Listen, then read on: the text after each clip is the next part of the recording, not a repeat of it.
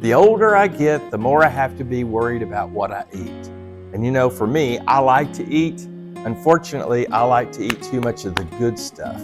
But the reality of it is when we sit down to eat, we often think about what we eat. And today, as Paul is addressing the church in Corinth, he's going to tell them that when they're coming together and they're going to observe the Lord's Supper, it's not just a time for a fun and games meal. In a couple of weeks, we're going to be celebrating the Lord's Supper here.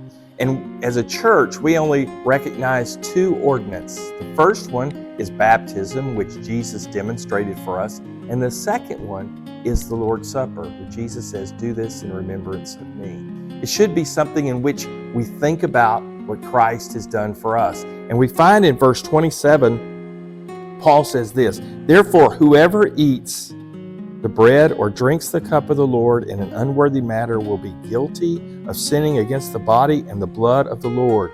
A man ought to examine himself before he eats of the bread or drinks of the cup. For anyone who eats and drinks without recognizing the body of the Lord eats and drinks judgment on himself." Each of us should always examine our hearts. Each one of us should always think about the great gift of salvation. But as we come together and do the Lord's Supper, Paul says we need to truly examine our heart and make sure that as we do it in remembrance of Christ, that we know why we're doing the Lord's Supper. I'll see you tomorrow.